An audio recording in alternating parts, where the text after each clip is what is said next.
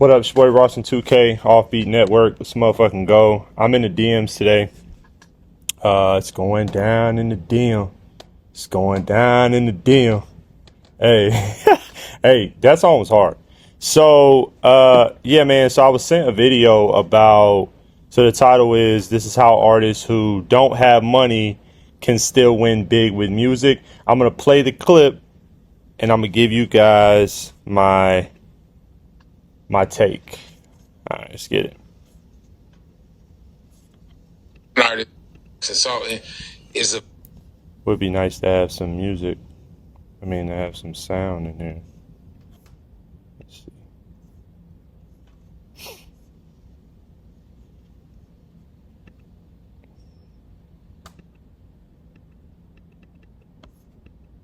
you artists listen to this real quick. Make sure you understand. I talked to one artist that I was consulting. Is a value exchange business. Like you got to be able to bring something to the table. Like, what are you doing? You buying me lunch? You taking me out? Because you might be broke, but what else could you do? You know what I'm saying? Like you were just saying in the barter, to where it can make sense, to where at least you showing me that you appreciate what I'm doing, because nothing for something, it equals nothing. Right. Every single time. Y'all niggas just got to get y'all finesse game together, bro. Like, you niggas got money for what you want to pay for. Because the same niggas that say they ain't got no budget for this, that, and the other, you look down at their shoes, they got some Jordans on, they got a chain on, you got this on, you got that on. So you spend money on what you want to spend money on. It's my job to make it to where the brand is so big that it's not being questioned. Because I remember when I started Rick the Mic, I had to ask niggas to be on Rick the Mic. Now I don't ask nobody to be on Rick the Mic.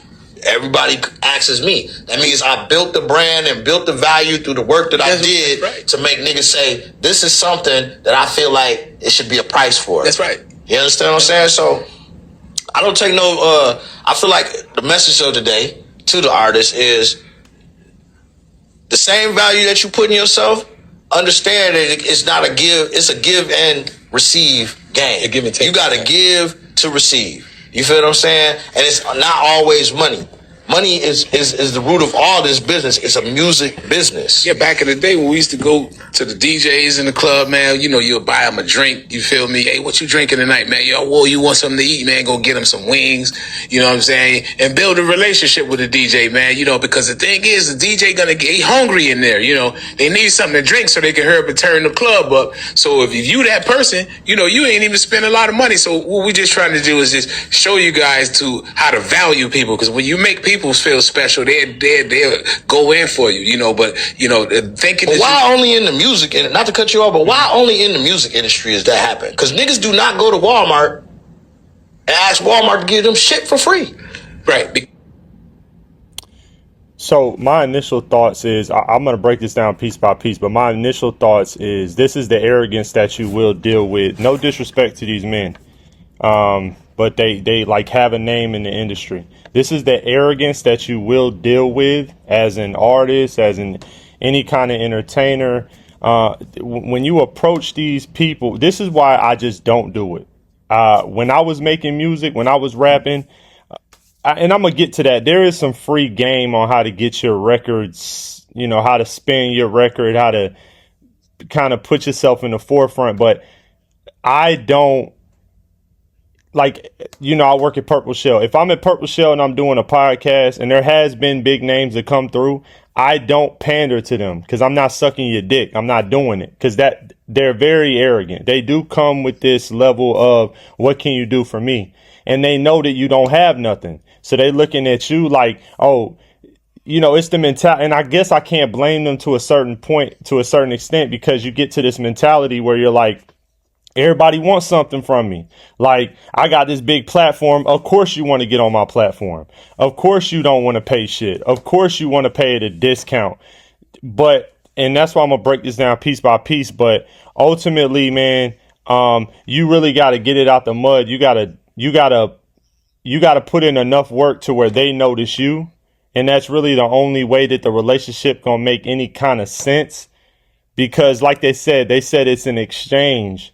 It's a business exchange, but ultimately it's not. It's ultimately a conglomerate such as these guys. They have a business, right? And they are looking for talent. They want to find talent to line their pockets. So when they meet you, your exchange is your talent, but they're so arrogant that they are not going to make that the focal point. So if you come to one of these guys and you like, look, man, I do music. Here's my social media. I got a good following. I'm coming up. People fuck with me. I got a good fan base and I'm talented. They're going to look at you like, what else can you do? And it's just a nonsensical argument. But that's this arrogance. But I'm going to play it from the top because I want to point out something. This fucking video, man. Let me go back in it. You artists, listen to this real quick. Make sure you understand. I talked to one artist that I was consulting. Is a value exchange business. Like you got to be able to bring something to the table. So think about that. You approaching this guy and he said, you got to bring something to the table. And you're like, I am. I'm bringing my talent and I'm bringing a fan base and I'm coming to you to partnership so we can both make money. That's our exchange. But he's looking at it like, but I already have a business and I already have a bunch of money and you don't have any money and you don't have anything. You're just bringing me talent. And it's like, bro, that's how you're going to make money. How else are we going to exchange? There's no other feasible thing I can give you. I'm trying to speak from the artist's perspective. I have Offbeat Network. Like, I also am running a business and I also am a conglomerate myself, but I started as the artist and I'm also the talent on Purple Shell. Like, I do podcasting, I do content. I can see it from both sides, but I don't carry myself with a level of arrogance that these guys, it just doesn't make sense to me. You doing? You buying me lunch? You taking me out? Because you might be broke, but what else? So are you my bitch? So you want me to buy you lunch and take you out? I'm not trying to fuck you. You see how you start? It's a business exchange and I know you got nothing, but at least buy me lunch. It's like, now let me say this though. Don't take that with a grain of salt. You have to look, like I said, I don't do it. I don't dick suck. But if you want to approach one of these guys with a platform, with a proposition for your talent, you have to take what they say as law. And yes, buy him lunch. Yes, court that man. Kiss him. Hug him, rub him, touch him. Like, this is an exchange. Like, I'm being funny. I'm being facetious, but to keep it a buck, man, you do got to kiss his ass. So, yeah, when you meet him, you're like, hey, man, look, I got a ton of talent. I got a fan base already, blah, blah, blah. I would love to sit down with you if you could listen to my records.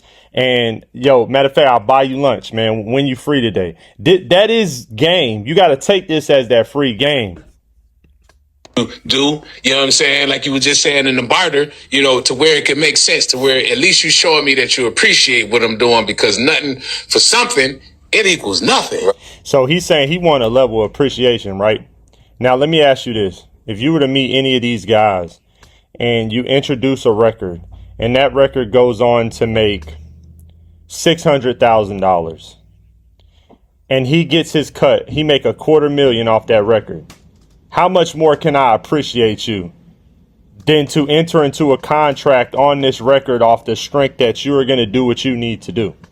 You get what I'm saying? It's overkill at this point that you also want me to kiss your ass and show you I'm appreciative when we don't. Yo, when you're in this music industry and the entertainment and everything, it's so fickle. It's extremely fickle.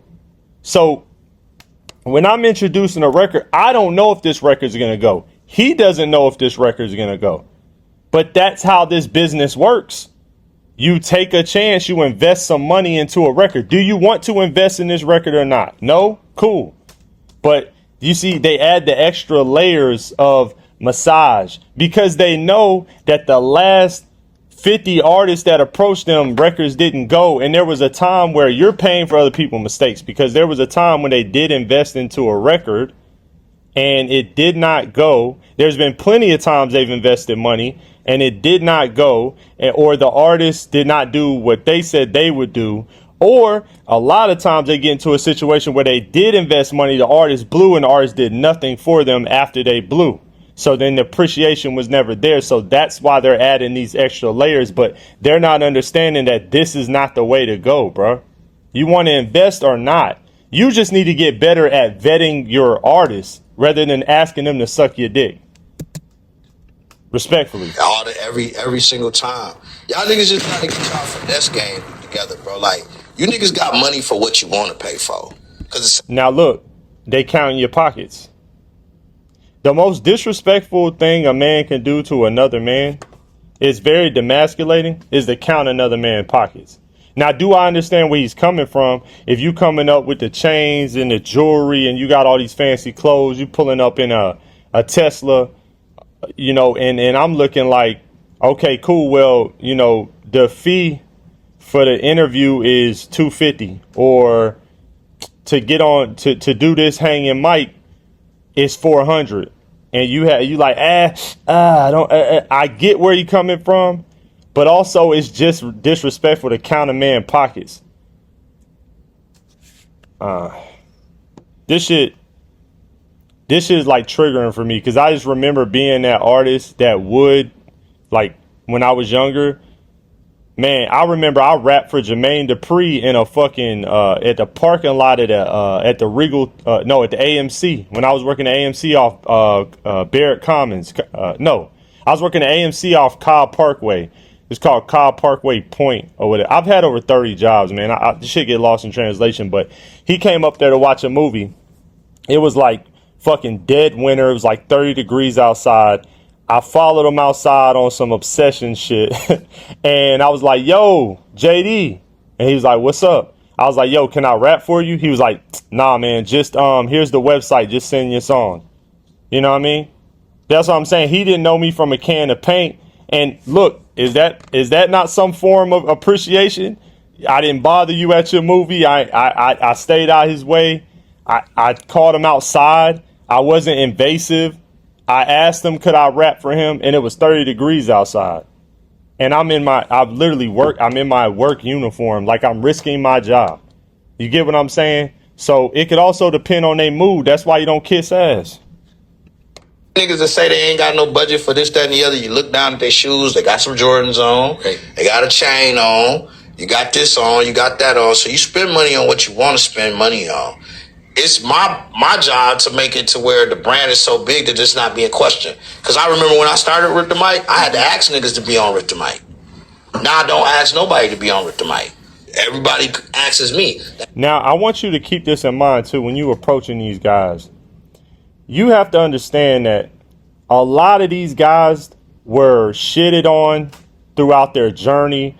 They worked so fucking hard. They were homeless at some point. A lot of these guys going for broke for what they truly want and what they passionate about. So when you approach, this is where it really come from, is them having to do all of that just to make it. All people shitting on them. They was in your position before, and then you come to them and be like, hey man, I want to be famous. Can you do this? That's the way they're seeing it.